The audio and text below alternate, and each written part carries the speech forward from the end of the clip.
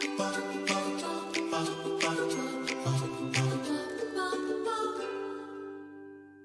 friends, it's Amanda. Welcome back for more Pinkfresh Studio inspiration.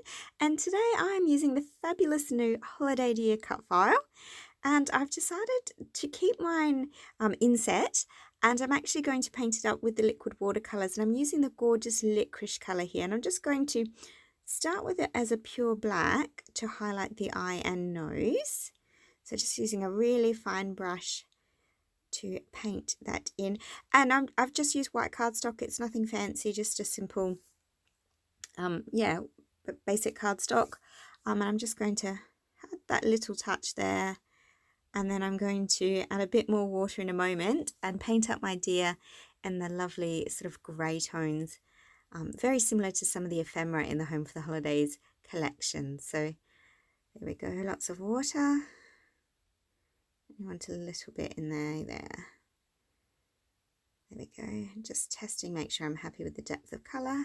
And then I'm going to come on and paint all those pieces. So you can see they have separated obviously with the cut, but I can glue them back together and they look really, really sweet. So I've gone and painted all three, and you can see I've got one larger one and two smallers. And now I'm going to coat the antlers in glue and then make them all sparkly and special with some gorgeous glitter. So my fine liner has died, so I'm using a very old paintbrush just to paint my glue in so that it's not too thick and claggy. And yeah, I'm using the Wow Embossing Powders Sparkles, and these ones are called Celebration, and I love them because they're a mix of gold and silver. So it doesn't matter if you decide to use gold embellishments or silver embellishments or neither, but just the colour is a good balance between warm and cool, and they look just really striking, and I just really love these particular glitter pieces. So yeah, just going to decorate the antlers, and you'll see why I do this in a moment when you see the photograph I'm scrapbooking today. But for now, just adding that finishing touch to the gorgeous Holiday Dear cut file. So there's a whole bunch of brand new holiday themed cut files in the Pinkfresh Studio store at the moment, and this one just works really well with the photo I'm using today. So very, very sweet, and yeah, I think that looks really effective. So just need to get a little more glue on that corner piece. There we go, sprinkle a bit more in, because you can't have too much glitter. There we go, and have a look at that.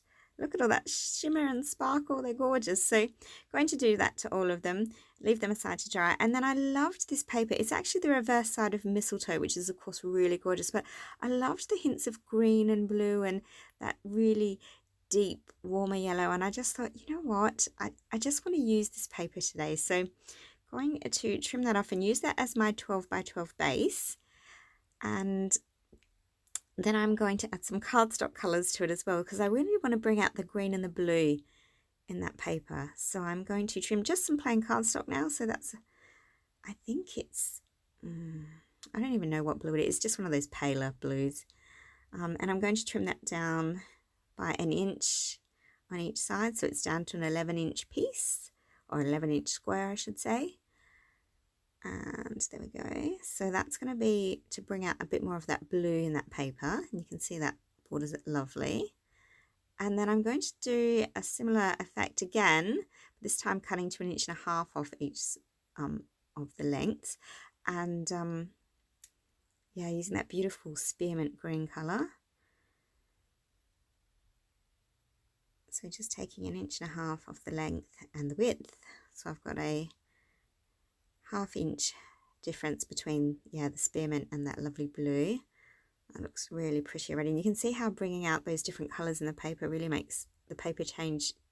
I don't know, it just changes depth for me, and I really loved that contrast. But I also wanted to have a background where I could do a bit more with it. So I'm also trimming down by 2 inches on each side, or down to a 10-inch by 10-inch square.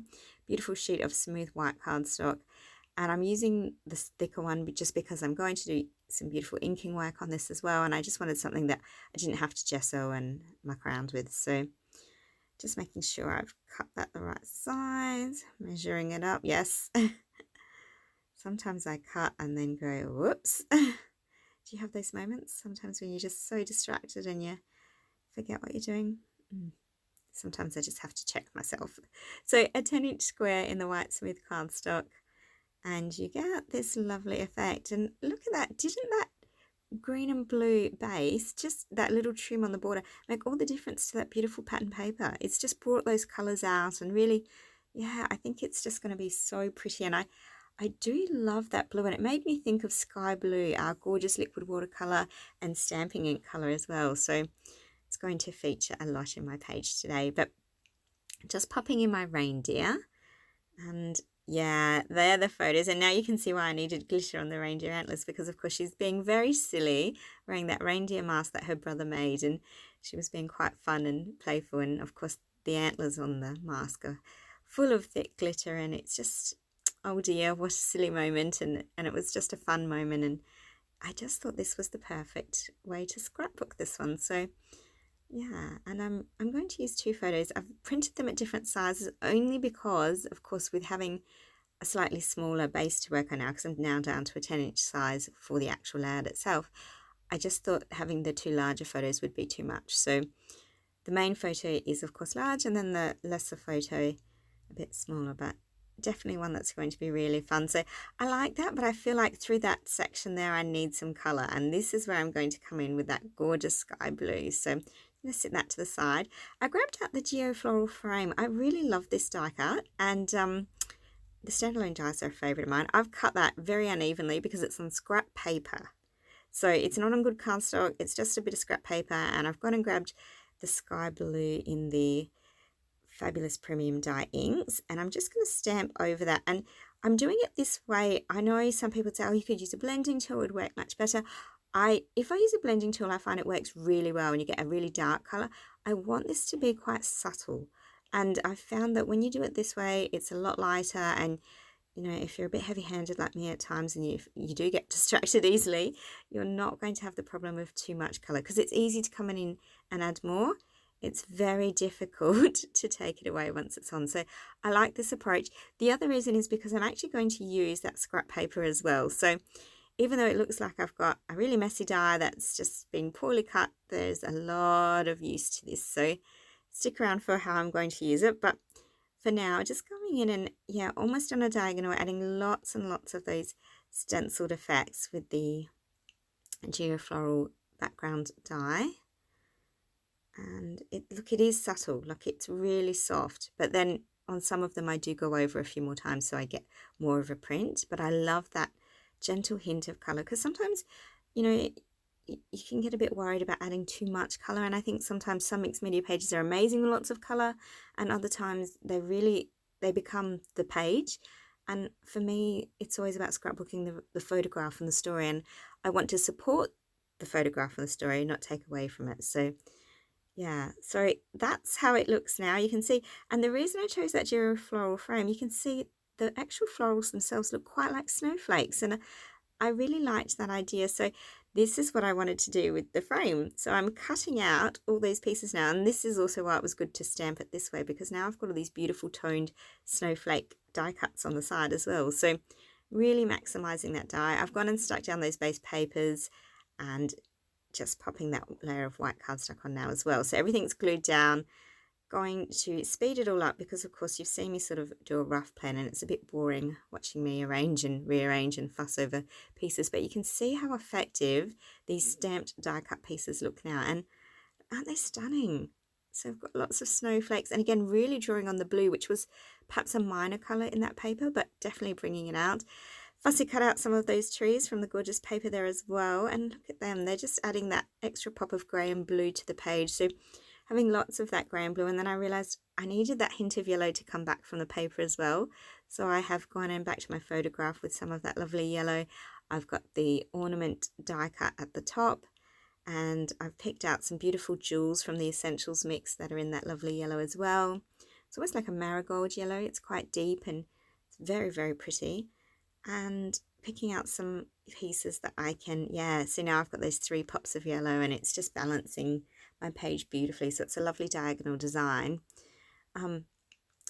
Just going to roughly tape down those joins in my dies, in my cut file pieces as well, because some of the legs were separating because of course I have inset the pieces and I hadn't glued them, so I just taped them into place. They were quite simple. And then I'm just going to foam mount a whole bunch of stuff in a moment as well, because you know it's nice to have your photo raised. And then of course that more focal point reindeer, the larger reindeer, I wanted to make him stand out a bit more as well. So just gluing in and having a bit of a play and a fuss now with all these beautiful products and pretty pieces. So there's fussy cutting, there's stamping, there's watercolors. It's all happening today. But sometimes that's just how it is. Sometimes they're really delicate and soft pages, and other times they're a bit messy and a bit fun. And to be honest, even though this is messy and fun, I actually think it does end up looking really soft and delicate anyway, because I think that's the nature of that gorgeous sky blue colour. It's such a pretty colour to highlight with. So on it goes. And of course, obviously you can see in the background of my photograph there, she's by almost a silver grey tree, and there's some blue ornaments on it as well. So everything's really just working beautifully in the reflection of my photo. And yeah, I think it's just a really pretty fun page. So on go those sweet little hooves and I just glued them down. So even though he's raised with foam tape at the top, I wanted the hooves to be stuck down. I didn't want him completely 3D. I wanted him to have that balance. Some puffy stickers, again really pulling out the yellows now and focusing on them.